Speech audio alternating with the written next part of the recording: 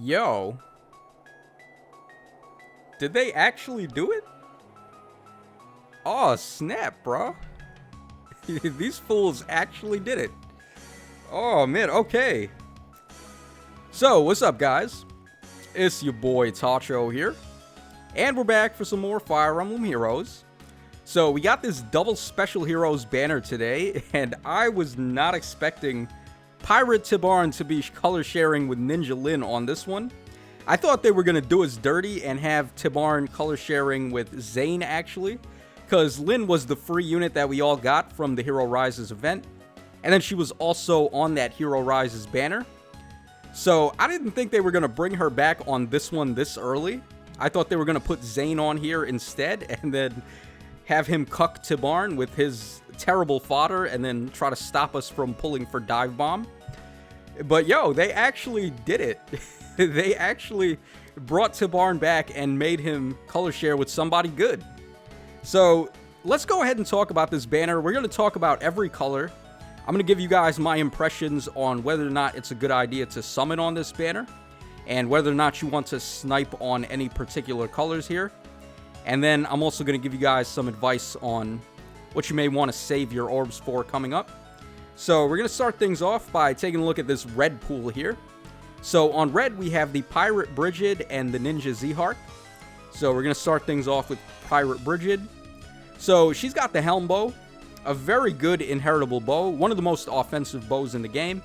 As long as you're not adjacent to an ally, you're going to be inflicting lull, speed, and defense 5 on the foes. And of course, like all bows, it's also effective against flying type foes. So a very strong inheritable weapon, one of the better bows in the game for sure. It's definitely up there with like Spendthrift and Pledgian Bow for sure. So not bad. Then she also comes with Harsh Command Plus, Steady Impact, and Pulse Smoke 3. So a very strong kit for fodder. Lots of goodies in here like Harsh Command Plus and Pulse Smoke as well as that weapon. So you really can't go wrong getting copies of this Brigid. I believe she's also in the new shop for the combat manuals. So Divine Codes 2 could also possibly get you a copy of this Pirate Brigid. Okay, and then next up we have the Ninja Zihark. So far he's the only unit that has this weapon right here, the Ninja Katana. So it's a brave weapon that gives speed up 4 and then inflicts defensive res -4. So not bad, definitely a better idea for the player phase to gain the speed bonuses and then take the defense reductions. So he's pretty good there. He's also a 4-star summon. So if you wanted to go for the +10 on this guy, you could actually feasibly try to pull that off here. And it's not like he's color sharing with a bad unit, because this Brigid has really good fodder to go for on any of your other bow units as well. So you could go for the +10 on Zihark on this banner. And real quick, I guess I could show you guys my Zihark. So here he is.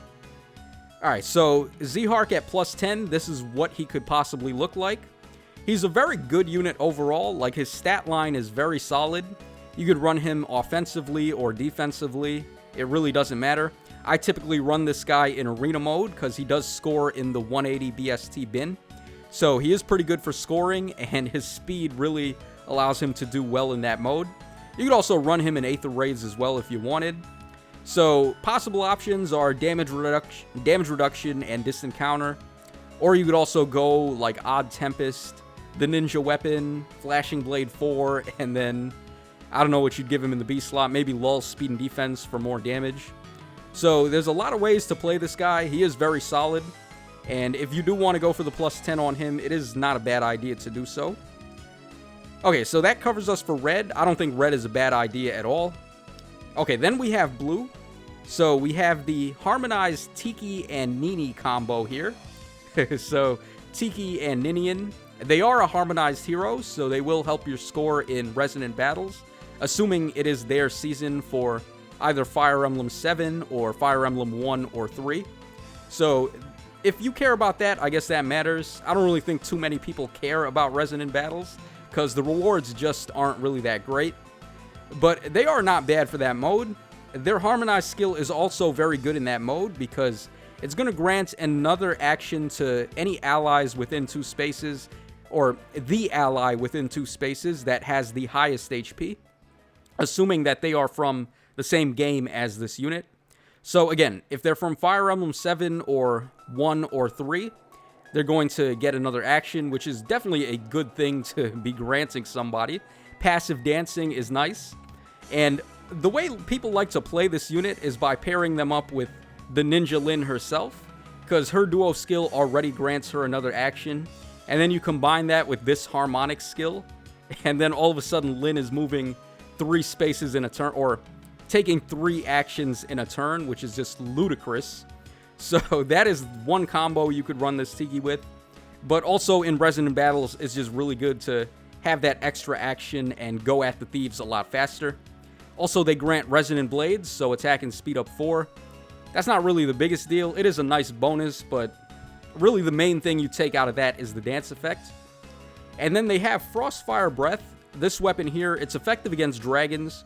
It grants a flat attack up 3. And then if a bonus is active on them, they're automatically gaining attack and speed up 6.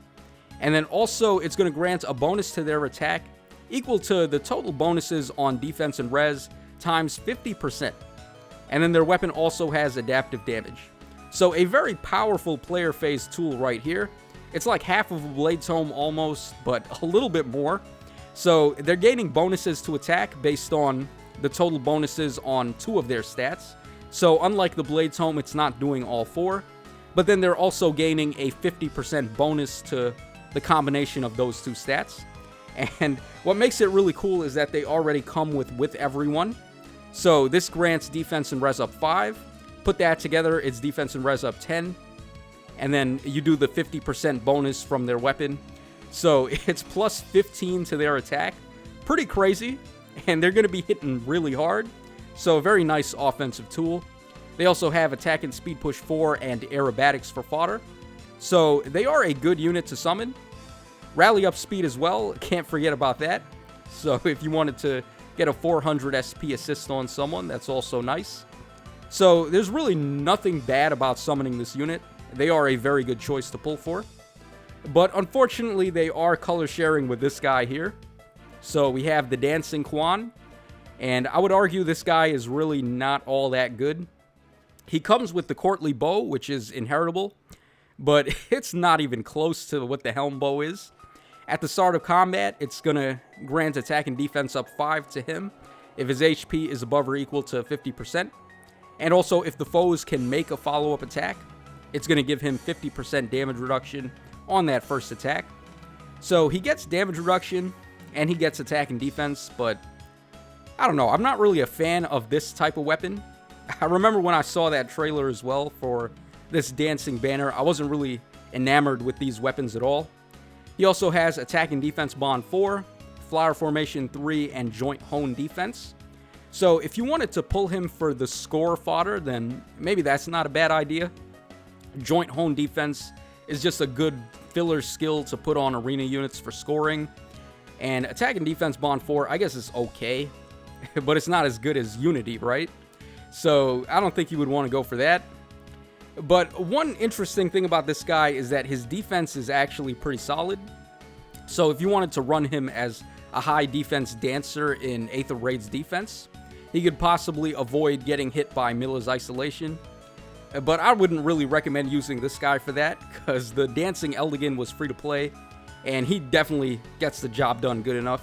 So you don't need to worry about pulling a 5-star exclusive seasonal to do that. So, unfortunate for Tiki, she is held back by that Quan. Okay, next up on green, we have the Ninja Laevatein and the Dancing Lachesis. So, Laevatein is a very good unit. Her weapon gives her a dual phase brave attack. So, she can hit the foes twice in a row on her phase or the enemy phase. And it does inflict speed -5, but who the hell even cares? Because her speed is complete garbage in the first place, so it doesn't even matter.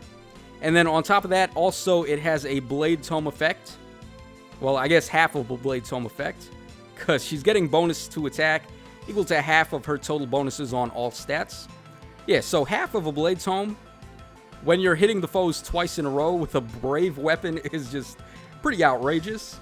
So this Laevatein is a very good unit to summon. Also, for fodder, she's pretty good because she has attack and defense rain 3. Very good skill to inherit on any of those Ashnard merge projects. So definitely look out for that.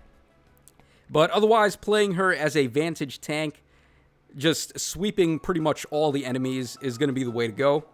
And instead of Distant Ward, you're going to want to run Distant Counter. That's the only thing I would say. But really, you can't go wrong with this unit. Unfortunately, though, she is color sharing with the other 4-star unit on the banner. So we have Lachesis here, the Dancing Lachesis. And honestly, she's nowhere near as good as that Ninja Zihark to go for the merges on. So I would say she's really a throwaway. Her weapon is basically the same thing as Quan's, except instead of doing attack and defense, it does attack and res. And then it also has Dagger 7 because it's Dagger. Big deal, it's not really that great.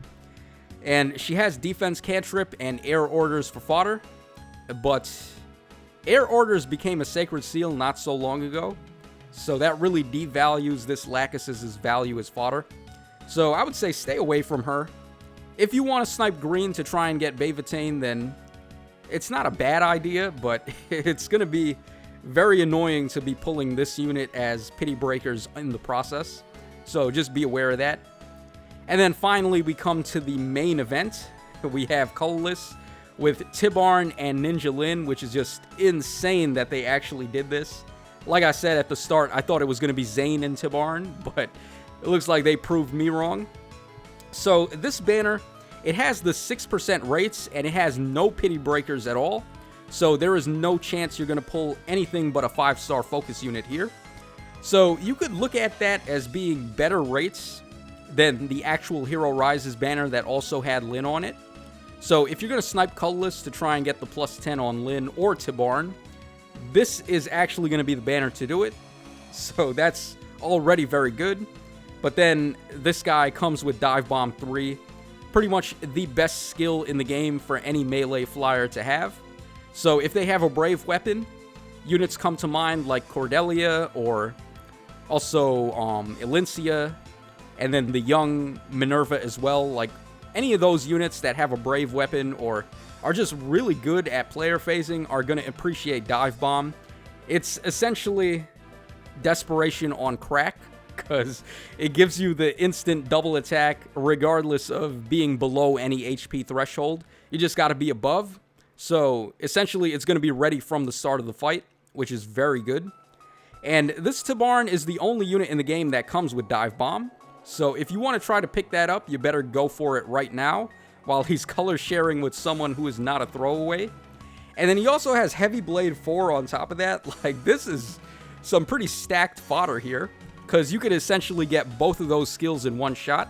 All you got to do is sacrifice a Jam Key first to get Heavy Blade 3 on the unit, and then you're free to get Heavy Blade 4 and Dive Bomb in one go. Very valuable fodder. And this Tibarn is a really strong unit in his own right as well.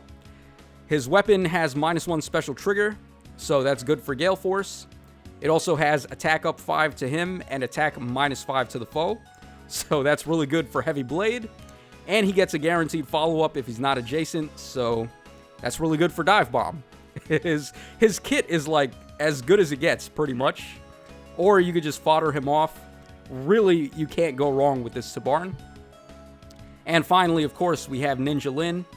A unit that it's a good idea to get merges on, or just have a second copy of her to run in the opposite season for offense Aether Raids, or have 2 on a team and just be really disgusting with it. So there's no end to the amount of shenanigans you could do with this unit. Very powerful. They score insanely high with the 190 BST duo skill. They also have a second action when they use their duo skill. So it's like this is the only other ranged dancer that, or ranged attacker that we have in the game that has a Gale Force effect outside of the Legendary Leaf. So that's already very powerful.